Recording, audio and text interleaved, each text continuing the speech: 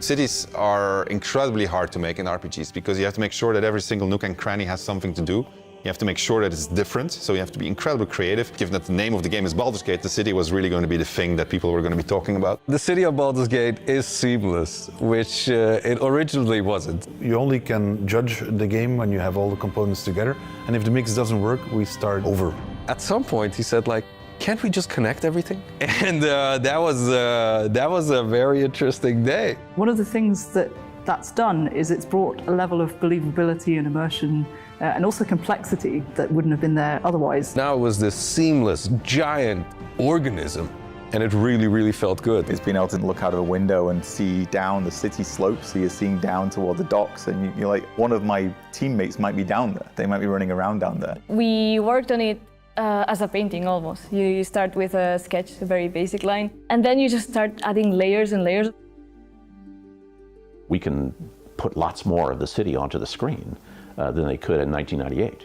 So we can do something that is more immersive, richer, has more texture to it. It feels like you are walking around a place where there are lots and lots of people living their actual lives.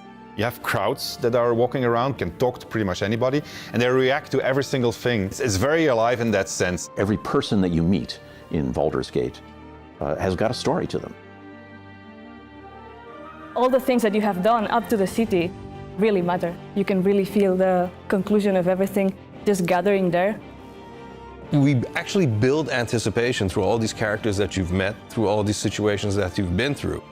All the stories that you have been following, all the decisions that you've been making, they all come to fruition in that lower city. And the great thing is, if you so choose, you can be another bad thing that's happening to the city. You can arrive and be like, this place is on fire, and then you can throw petrol all over it. During production, we felt like the city was our destination. We spent, I think, 3 times, 4 times as much effort on the city than we originally planned. But the result, the feeling of walking in there is just fantastic. You have this constant jostling of things that are very much of the real world, and then you can indulge in the completely fantastical. And then when you walk into the city, the noise of everybody talking to each other, the knowledge that everywhere you look, you can go there and you can do something, the knowledge that you can fly through it, it's great. So the thing that I was the most afraid of when we started making this game turned out to be the thing that I'm the most proud of. It's not easily understood in my experience, but I'll try. About a man who sold himself piece by piece. He had everything. A wonderful wife, a brilliant daughter. They lived not far from here. His wife died too young. Grief tore through their home like a thief, snatching away the scent of her hair, the rustle of her skirts. But the man did not break. He could not break. His daughter needed him whole, after all. She grew up, grew strong, challenged him, filled his heart with such joy it supplanted all sorrow. When she was killed, the man, he tried to remain whole. But it wasn't possible. Do you understand? Enver Gortash, swearest thou by Balduran's blade to defend the citizens of Baldur's Gate from enemies within and without? You are soon to witness the people of Baldur's Gate granting me complete power over them. A new age is upon us. Gods have mercy on those who would stand in our way. A mad dog understands the yank of the leash on the hand of its master, but it cannot be an equal. You can be my equal. There's an old wisdom. A brittle alliance can never be mended. It can only break. I want to lead this city to glory, not scorch its earth. Friends, allies, to my side! Let us usher in a new dawn! This city is mine! I'm not ready to call you enemy. What do you say? Shall we be allies? I hear footsteps, trip-trapping on the the Murder Lord's stone. Orin is affectionately unhinged. You don't know when she's going to pop up. You don't know in what form she's going to be. She's incredibly tricksy and uses all of her wiles to get what she wants. Set my flesh to your unholy purpose! One of the physical aspects that I really wanted to integrate with Orin was her relationship with her blades, her weapons. She has a very intimate relationship with them. They feel real and personified to her. To be considered even in the same realm, much less share scenes with J.K. Simmons and Jason Isaacs, who play General Ketherick Thorm and Gortash, was such an honor, and it was so inspiring and exciting to see their work in this game and experience how our characters come together in the scenes we share to create this unholy, evil triumvirate. His crypt breath sings to my sinews again. Orin is a very disturbing figure in Baldur's Gate 3. She really takes the players on quite a journey, so I hope that they sit back and enjoy the ride and let me know all of their terrifying thoughts. Go.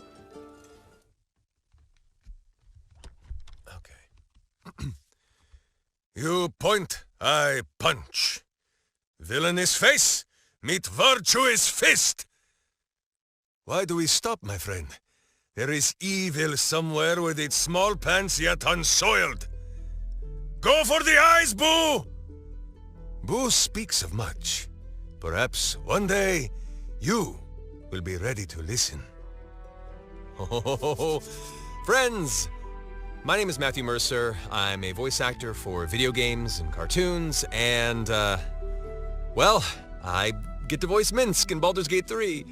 I have been playing the Baldur's Gate games since they came out, back in, God, almost 2 decades ago? Oh, God. I've played through the first 2 multiple times for all the different moral pathways you could take. I played them all again multiple times when they came out on the iPad through Beamdog's conversion. I just love Baldur's Gate, and of all of them, Minsc has always been my favorite character. I'd be hard-pressed to not put him in my party until he eventually left because I was taking an evil route and would not stand for this unhappiness, evil way of doing things.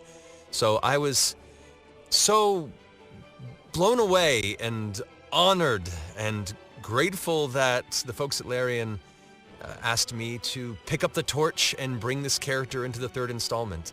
It means so much to me, and just know that I am coming at this with so much respect and love and a little bit of self-imposed pressure to bring Minsc the justice that we all know he deserves. So thank you so much for all of your support. I can't wait for you guys to play it. I can't wait for you to get him in his group. And no matter where we go, we know we are kicking butt, but not just any butt. Butt kicking for goodness. I'm Jason Latino, Cinematic Director here at Larian Studios. We're in the Dublin office. This is where both the writing team is centrally located along with cinematics. So we're determining in this office like what story we're telling and how we're telling the story, which is taking that camera down from being above the players and right into the drama and right into the action. Say it. You think I'm a monster? We've come up with a system that allows voting, that allows kind of seeing other players' preferences for what I would do in that scenario. You might be learning secrets. You might be finding out about a weapon cache somewhere or a certain mission that you want to do on your own. The fact that you're suddenly observed is information you need to know as the player, and presenting that in a cinematic way is what my whole department is doing. Baldur's Gate is an absolutely huge game. I can't think of another early access game that's done cinematics on this level, that has deliberately chosen to present their story in close-up like this. There's a lot of games where the moment you add cinematics, they have to get smaller because they have to, there's animations and all the manual work that goes into this stuff. We didn't want to do that. We don't want to limit the stories that, I don't want to be the guy that showed up and limit the stories that Larian's telling. So We're working on some adaptive cameras that work the same way if you're a half elf or if you're a halfling. And we want you, if you're playing a gnome, for that story to be told from your perspective. We want that to be cinematic. We want you to feel like you're telling your story and we're shooting it for you. If you're walking around and you see one of your buddies is engaged in dialogue, that means they are seeing a cutscene, that they have blinders on. And this is something that kind of goes back with the kind of the Larian tradition of being able to pickpocket people that are kind of engaged in social activities and sequences. And so you can pickpocket your friends, you can pickpocket the person they're talking to. You can move around dynamic objects and pickpocket them.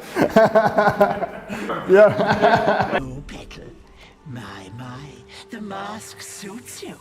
But later on, if you choose to play a Starian or a vampire, you might wake up in the middle of the night kind of looking for a midnight snack. You know, the menu, the dialogue options, the way that you can take that scene is basically going to be a list of your friends or party members. If you're playing multiplayer, that's going to be a list of the guys that you're playing with. And what's great about that is not only are they on the menu for that night, they're going to see that. And they're going to see that they're on the menu. And through the kind of the voting mechanic, they're going to be able to say, this is like, no, okay, I'll give one up for the team. Or they can try and sell at their buddies and just say, no, bite him.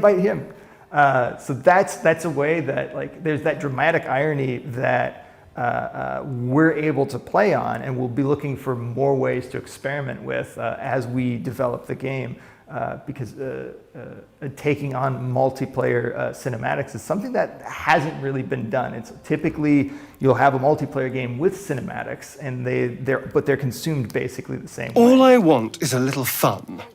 Is that so much to ask?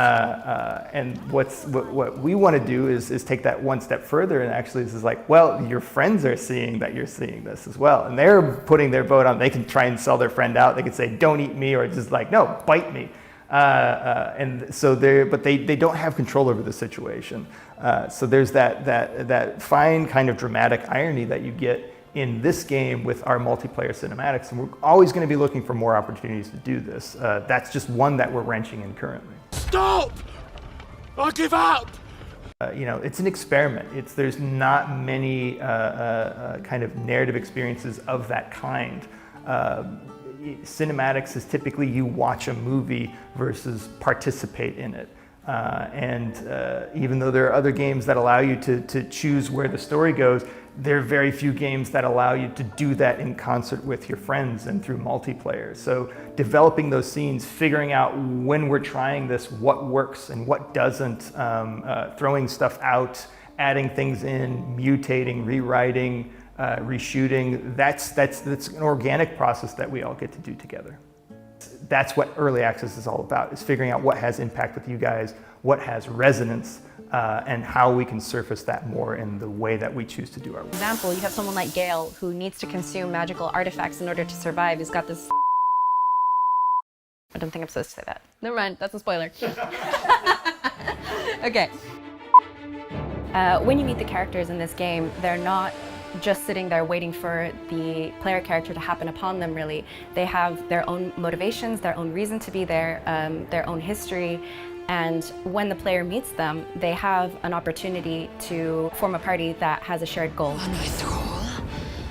Blackith blesses me this day. So the group that we're traveling with, under normal circumstances, would never ever have anything in common, have any reason to travel together.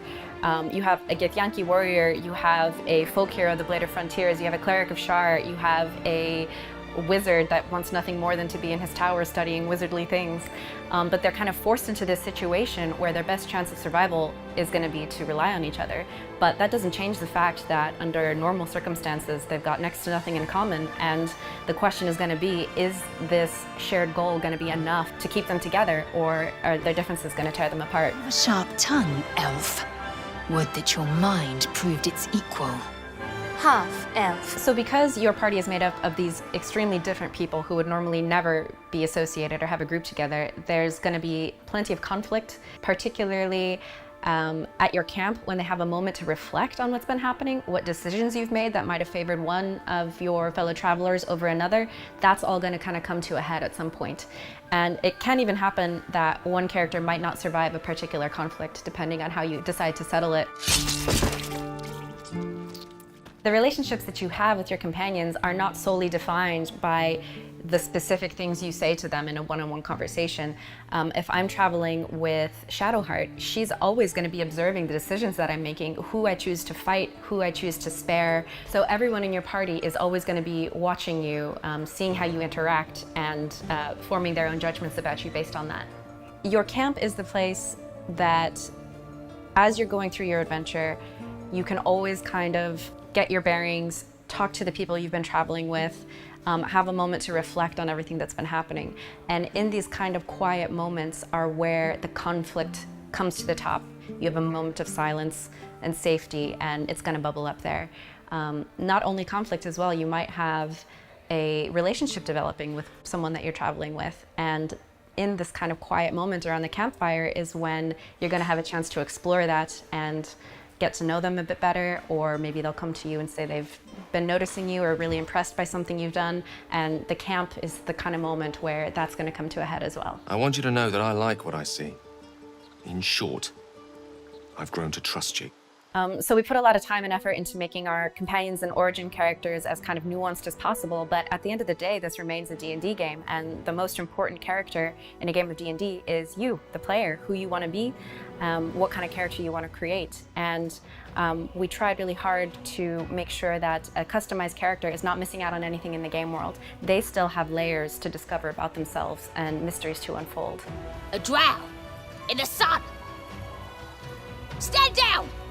This one's got a touch of the absolute about her. So with Dungeons & Dragons, we're all telling a story together. Part of telling a three-dimensional story is romance. So what we have to look at is we have to look at the scenes that the writers are giving us, the rules of the game, all the different races and classes and stories that the players can tell, and the romance options, and make that all feel real to them and make that feel authentic to the player. You know who I never thought I'd find myself caring for? Here we have like Shadowheart and the player getting to know each other over a bottle of wine while they watch the stars come out over the skies of Faerun. This is something that it's not written explicitly into the script, but it's something that the writers allow us to adapt into cutscenes and figure out how we can arrange the characters so they're closer to each other. When are they looking at each other? When are they looking away from each other? When are they staring into their bottle of wine, wondering what to say next? When are they fumbling for words? This is something that comes up with you when you have a dialogue UI. And it's analogous to getting to know somebody for the first time and choosing your next words wisely. Because in a game like this, what you say dictates what these relationships can turn into, how far can they go, how much do you learn about these characters, and just generally what shape a relationship is going to take. I must admit, you've been a surprise, and not an unpleasant one. There are other more intimate moments that we film here as well. We use storyboards to onboard the actors, onboard the art team, in order to figure out what's going to happen, what needs to be captured live in the camera, what needs to be present in the data, as well as letting the actors know how we're going to use that data, how we're going to present their performance to the audience. So when you're working with the player's guide from Dungeons & Dragons, you have all of these different races at all these different sizes, action scenes, romance scenes. They all have to work for whatever the player chose as their race. We have to consistently honor their choices. We have to say, it's just like, no, you're a halfling hero. There's no problem that's too big for you. Nope, don't do that. Don't do that. No matter who you are, no matter what story you're telling, romance can be a big part of your journey, and we're here to make that feel real. I would say that when you're trying to revive characters that have canonical significance to players, and they're characters that people come in with a pre-existing relationship with, you kind of carry the weight of that relationship. It's a real challenge because you want to honor the past. You also want to make something that feels relevant to our game. We don't want to put Minsc in just to say, hey, Minsc's in our game. It's not ticking a box. Baldur's Gate 3 is a game honoring a whole generation of Infinity Engine games, several of which ask the player, am I the monster? Am I the bad guy? And there's always this darkness within you that you don't quite know or understand. I think what's really interesting about how that develops over the course of the game is that you start with much more of a fundamental moral story of do you do the good thing or the evil thing in the kind of do you save the lovely tieflings that you meet or do you decide not to. But the thing is that the further you go through the game, the less clear it is the choices between good and evil. And a lot of the times you're faced with, do I actually trust that the good people are good? Do I trust the evil people are evil? Autonomy, I think, is probably the key theme that we see throughout Acts 2 and 3. You kind of get it set up with the companion stories that you've seen in Act 1 so far, and throughout the rest of the story, we see something is pushing them in one direction. It's about how they can become free. There's a bunch of different things going on. One is how much control you have over your own body and your own mind. So this is implicit from the very beginning of the game, but also over your own fate.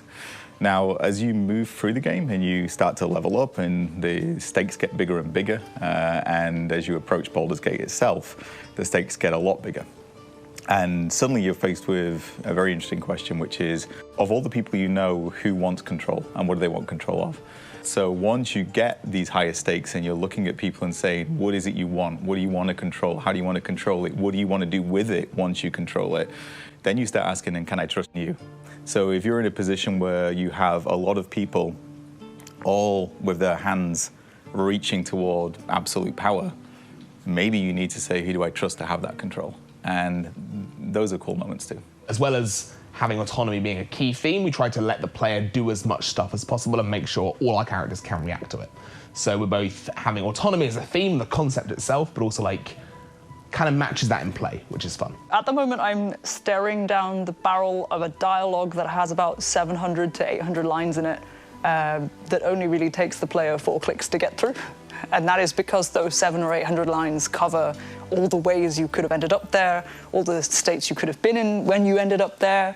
It reflects the journey that you took to get there, and all of that is stuff that we have to kind of hold in our heads and try and figure out a way to give you a meaningful experience. There is some bifurcation and change in the romance storylines depending on choices that the player has made, depending on ways that you've treated them in their storyline. You can see different romance scenes when you're replaying the game for several of the characters, or romance scenes will change in tone depending on the way that you've treated them. You go from more a ragtag group who have to stick together to solve this problem they all have, to people who want to be together. And they have to realize that the only people that they really have and the only people that they can trust is each other, and that those bonds actually mean a great deal. And also, they need to realize that maybe, just maybe, they have enough time before seromorphosis kicks in and they all become illithid, that they will be able to fall in love before the end. I mean, the only thing I can reference is DOS 2, but when I was playing that, I remember getting to the end and feeling like I couldn't bear to lose any of them. And I think that's what people will feel for these guys at the end. People in your party are going to have different relationships with each other, but they're also going to have those different levels of control over their own lives. Some of them may be beholden to you, some of them may be antagonistic towards you. But the question of how much the game changes depending on your choices, when you reach Baldur's Gate, and you will reach Baldur's Gate very soon, when you reach Baldur's Gate, the people who are in the city, the people you'll encounter there, depends on choices you've already made. It's a very suspicious city. It's a city at risk and under threat, and its populace feel that way. More than in any other area of the game, when I'm walking around the city of Baldur's Gate, I just find my jaw dropping all the time. You start working a game like this and you want to see Baldur's Gate. And the first time we saw Baldur's Gate, it was a holy shit moment. Behold, the secret sauce of Dungeons and Dragons! Chucky, come closer. Clear eyes, you do not suffer.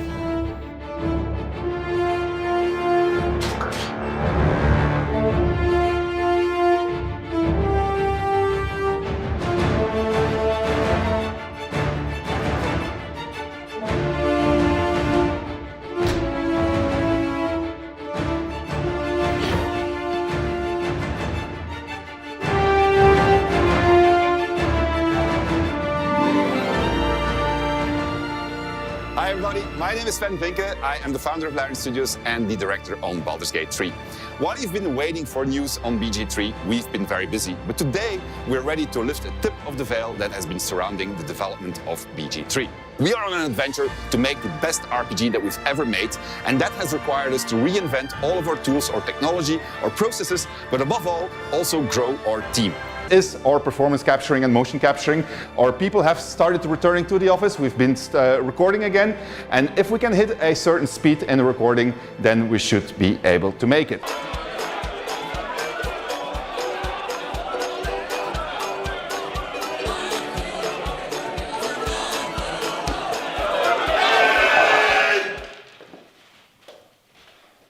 I know you want to make the perfect game, but this is not the way! This is the way! Behold, the secret sauce of Dungeons and Dragons! So yeah, anyway, I really hope we're gonna get it. I don't know if they're gonna be open to it, but we can try, right? Yeah, and we have a good pitch, so let's try it out. Hello. Good morning. Good morning. My name is Sven. I'm from Larian Studios together with Gigi, and we're here to see Mike Mills. Why don't you have a seat and I will email him. Okay, thank you. Oh, can I take a look? You certainly can. All this cool stuff, man. Look, this is a mind flayer. It's cute, yeah. Here, look at this. It's a glass of Baldur's Gate. Oh, that's convenient. Look at that. It's an iron flask. Do you know what an iron flask does? Yeah, they use it to trap creatures. Sir, please don't touch that. Oh, sorry about that, sorry. Oh, it's a beholder. A beholder, right? Cool. Oh my god, look! It's a dragon! No, not a dragon! I got a dragon! Yeah, sorry about that. He's got this thing in his head, so it happens from time to time. What's your business today? Oh, we're here to license Baldur's Gate 3. Good luck with that. People have been trying for many years. Really? Hope you came prepared. I came prepared. I did come prepared. This is the second time that we're putting on the armor, because we managed to put it backwards. Getting ready for a high-profile meeting with the leadership of Wizards of the Coast. So hopefully it's going to go well this time. Hi guys. Sven! How's it going? Good. No one told me it was going to be this kind of meeting. Well, I got a special request. Let me get out my deal maker. Well, yeah. Well, you don't need that. You don't need the armor. Well, I'd like to license Baldur's Gate 3. What? You need the armor. Yeah, I think you really need the armor. Really? What is it going to take? This has got to be big. I mean, this has got to be a grand adventure. Okay. It's got to be true to D&D lore. Can't have you just reinventing things when we're not looking. Okay. Players have to feel that their choices matter. It's not, it's not fake choices. It's real decisions. Yeah, got it. Player agency. And furthermore, I mean, the creativity, the freedom, the graphics. I mean, just across the board, we're going to need to see just the best version that anyone's ever expected. We set the bar pretty high. Over delivery? Okay. And we've got one more requirement. I think we need to really feature the process of ceramorphosis in this game. I think if we do that, that will bring everything together and make it a true D&D experience. Ceridoses, eh? Ceramorphosis. Ceramorphosis. Okay. All right. All right. Well, I think we can do this deal. Shouldn't be a problem. All right. Well, it's good. You wanted to do a tour? Let's do the tour.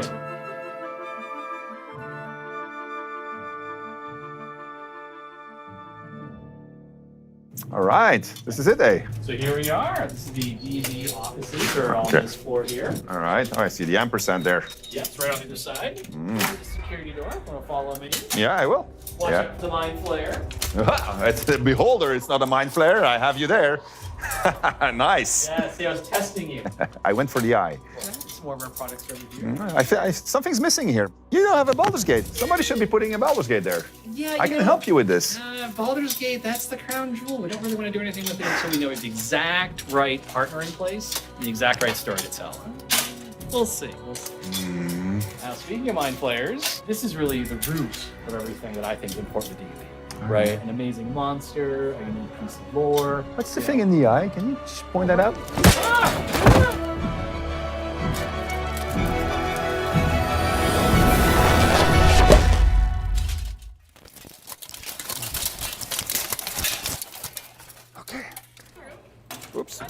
Can we just...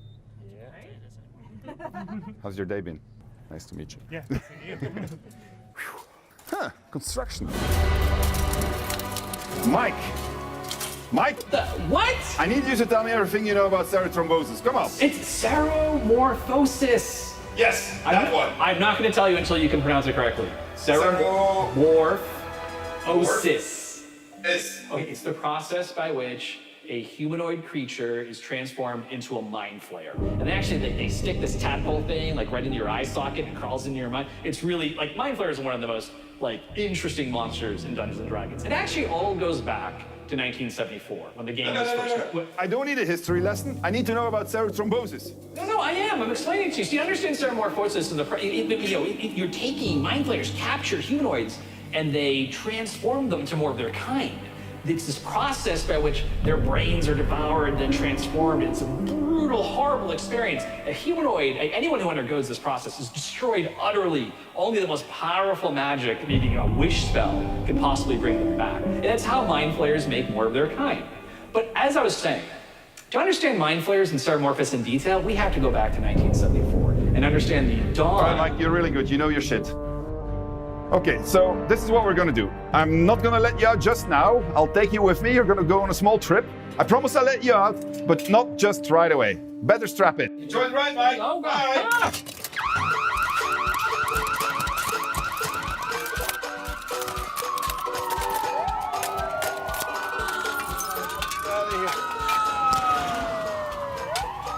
Damn it!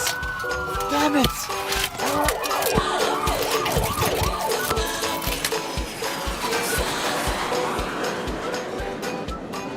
And that is how we got the license to Baldur's Gate 3. Well, more or less. My name is Sven Vinke. I'm the founder of Larian Studios and the director of Baldur's Gate 3. And I'm so happy we can finally talk about this game because we've been trying to keep this thing a secret for a very long time with the emphasis on trying. And now we don't have to remove all the posters from the walls anymore every single time somebody steps into the office. We're working super close with Wizards of the Coast. They've been spending plenty of time in our offices and we've been spending plenty of time in their offices. You can expect from us a grand adventure that's going to be filled with stuff to explore, stuff to experiment with, challenging combat, memorable companions, tough decisions, and much, much, much more. You'll be able to gather your party, play on your own or with friends, and it's going to be incredibly amazing. Take care, and until next time, bye-bye!